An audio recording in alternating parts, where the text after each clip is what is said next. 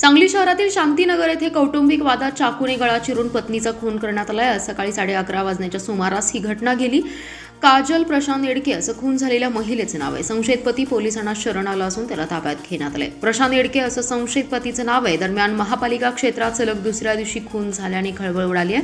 मृत काजल येडके आणि तिचा पती प्रशांत येडके हे शांतीनगर येथे भाड्याने राहणास आहेत। त्यांना 2 मुली आहेत। येडके दाम्पत्यामध्ये गेल्या काही महिन्यांपासून कौटुंबिक वाद सुरू होता। आज सकाळी काजल घरातील सर्व कामे आवरून 11:30च्या दरम्यान विश्रांती घेत होत्या। यावेळी प्रशांत त्या ठिकाणी आला। त्यांनी त्याच्याकडे असलेल्या धारदार चाकूने काजल यांच्या गळ्यावर वर्मी वार केला।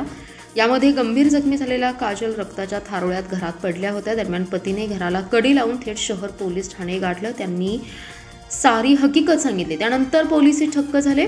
काजल यांचा अतिरक्तस्राव झाल्याने जागीच मृत्यू झाला। मृतदेह उत्तरीय तपासणीसाठी शासकीय रुग्णालयात पाठवण्यात आला। सायंकाळी उशिरा नातेवाईकांच्या ताब्यात तो देण्यात आला।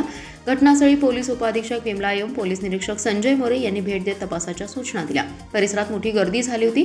न्यायवैद्यक प्रयोगशाळेची टीम ही घटनास्थळी दाखल झाली। भरदिवसा पतीने कौटुंबिक वादातून पत्नीचा गळा चिरून खून केल्याने परिसरात खळबळ उडाली आहे। कौटुंबिक वादातून काजल या काही दिवसांपूर्वी बेपत्ता झाल्या होत्या। यावेळी पती प्रशांत यांनी शहर पोलिसात तक्रारही दिली होती। त्यानंतर काजल यांचा शोध घेण्यात आला।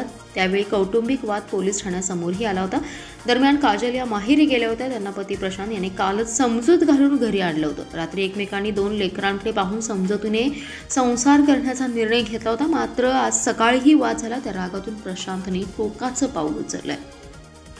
आज दुपारी सांगली शहरच्या पोलीस स्टेशनच्या हद्दीमधलं शांतीनगर या ठिकाणी एक मर्डरचे प्रकरण घडलेले आहेत। मृत्यूचे नाव काजल येडके।